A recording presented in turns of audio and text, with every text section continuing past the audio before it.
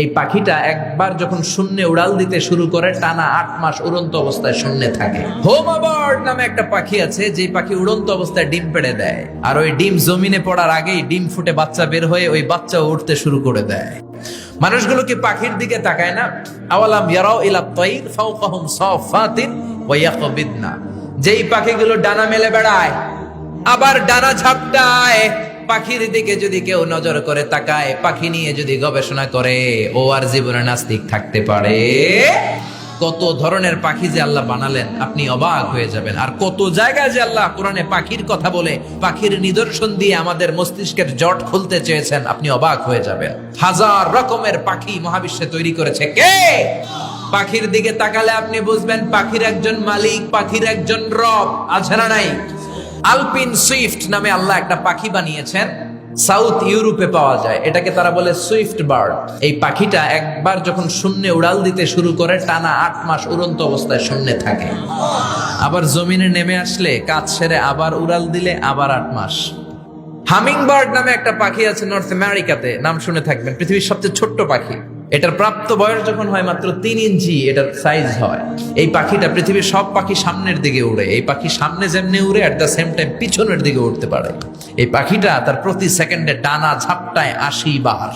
কয়বার? আপনি 1 সেকেন্ডে আপনার 2 হাত ঝাপটাতে পারবেন কয়বার? আমি 5টা ঝাপটানি মারতেই তো আমার 1 সেকেন্ড শেষ, কিন্তু এই পাখিটা 1 সেকেন্ডে ডানা ঝাপটাতে পারে 80 বার। সুবহানাল্লাহ কইতে মন চায় না? হোমা বার্ড নামে একটা পাখি আছে, যে পাখি উড়ন্ত অবস্থায় ডিম পেড়ে দেয়, আর ওই ডিম জমিনে পড়ার আগেই ডিম ফুটে বাচ্চা বের হয়ে ওই বাচ্চা উঠতে শুরু করে দেয়। এজন্য আল্লাহ বললেন আওয়ালাম ইয়ারাউ ইলা তাইর, নাস্তিকগুলোকে পাখির দিকে তাকায় না। পাখি কেমন করে ডানা ঝাপটায়, কেমন করে ফ্লাই করে, কেমন করে টেক অফ করে, কেমন করে ল্যান্ডিং করে। পাখির ভেতরেও আমি আল্লাহর নিদর্শন আছে না নাই? পাখি নিয়ে গবেষণা করলে কেউ নাস্তিক থাকতে পারে না, কারণ পাখি একে আরবিতে বলে আত-তাইর, আর বিমানকে আরবিতে কি বলে? তাইর, তায়রান, সেম থিং। পাখি আরবি যা, বিমান আরবিও তা। Birds and aeroplane maintain the same flying mechanism while flying. পাখি এবং বিমান যখন আকাশে উড়ে একই সিস্টেমে উড়ে, পদ্ধতি একটাই। এজন্য আল্লাহ পাখির দিকে নিদর্শন দিয়ে ইঙ্গিত দিয়ে বললেন, পাখি নিয়ে কি তোরা গবেষণা করিস না? আমরা এই পাখি নিয়ে গবেষণা করি নাই। এই পাখির উপর গবেষণা করে বিমান আবিষ্কার হয়েছে, এয়ারক্রাফট আবিষ্কার হয়েছে। কিন্তু আফসোসের বিষয় আমরা করতে পারি নাই, করছে খ্রিস্টান, ইহুদিরা। 2 ভাই উইলভার রাইট অর উইল রাইট 1903 সালে তারা পাখি নিয়ে গবেষণা শুরু করলো। পাহাড়ের মধ্যে শুয়ে শুয়ে খালি ছবি আঁকে, কেমনে পাখিটা ডানা মেলে, কেমনে ডানাগুলো ঝাপটা মারে, কেমনে টেক অফ করে, কেমনে নামে। গবেষণা করতে করতে করতে করতে 2 ভাই প্লেন বানায় ফেললো। তবে এখনকার মতো এত অত্যাধুনিক প্লেন না, ছোট্টখাট্টো প্লেন, কিছুক্ষণ উড়ে আবার ধপাস করে পড়ে। বানাতে বানাতে তারা পৃথিবীর প্রথম প্যাসেঞ্জার প্লেন বানালো। ফ্রান্সের এক শহর থেকে আরেক শহরের নিরাপদে পৃথিবীর প্রথম যাত্রীবাহী বিমান ওঠানামা করলো। এই তো মানুষের স্বপ্ন পূরণ হয়ে গেল। আগে আমরা শুধু পাখির দিকে তাকায় হায় হায় করতাম, পাখি উড়ে, আমরা উঠতে পারি না। এখন আমরা পাখির চেয়ে আরো দ্রুত বেগে উড়ি না? আপনারা যে হজে যান, কেমনে যান? প্লেনে যান তো বুঝলাম, কিন্তু উড়ে উড়ে যান না? আমরা পাখির চেয়ে অনেক উপরে উঠতে পারি। যাত্রীবাহী বিমানগুলো ইন্টারন্যাশনাল ফ্লাইটে প্রায় 30,000 ফিট, 35,000 ফিট উপরে চলে যায়, ঠিক কিনা?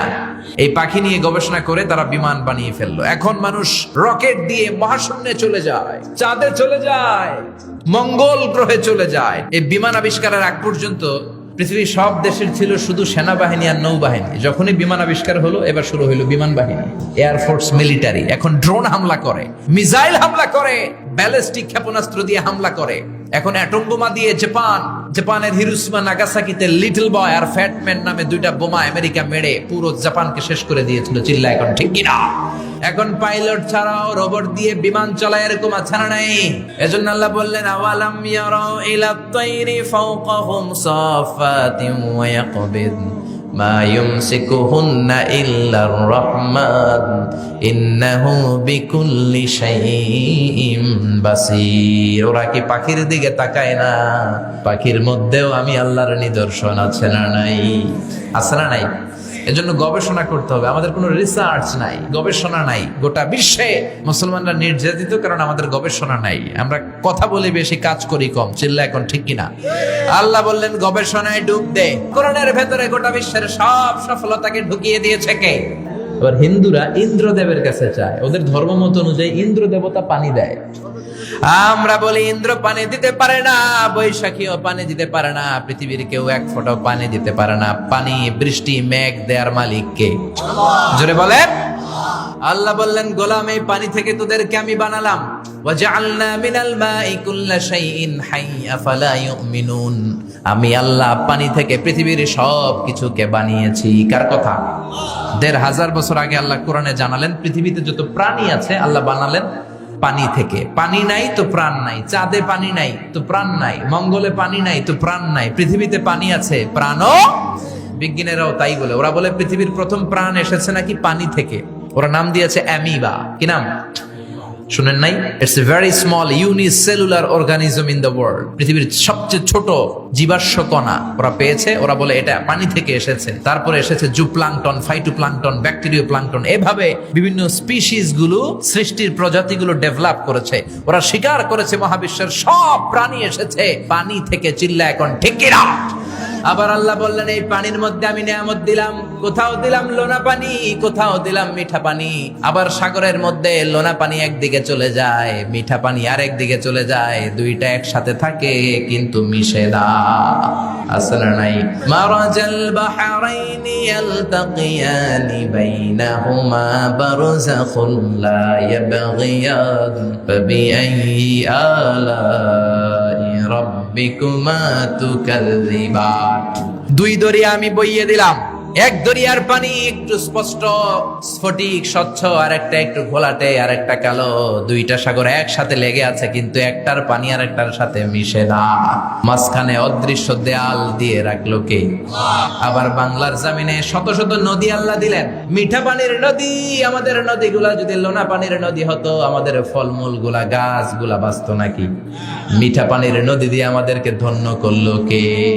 কেমনে নাস্তিক হয় রে ভাই? এই পানির নেয়ামত, রিজিকের নেয়ামত, মহাবিশ্ব কত সুন্দর করে তিনি সুশোভিত করেছেন। এগুলো যদি কেউ নজর করে তাকায়, কেউ কি নাস্তিক থাকতে পারে? যতগুলো কথা বলেছি কোরআন সুন্নাহর আলোকে বলেছি, বানিয়ে বলি নাই। তারপরেও আমার মনের অজান্তে কোনো মিস ইনফরমেশন যদি আমার মুখ ফসকে বের হয়ে যায়, সেগুলো যেন আল্লাহ তাআলা আপনাদের স্মৃতিপট থেকে মুছে দেয়। আমরা বলি আমিন। সত্য, সুন্দর, হকের পক্ষে কল্যাণকর যা বললাম তার সবটুকুন আল্লাহ তাআলা প্রথমে আমাকে এবং আপনাদের সবাইকে আমলের তৌফিক দান করুক। আমরা পড়ি আমিন।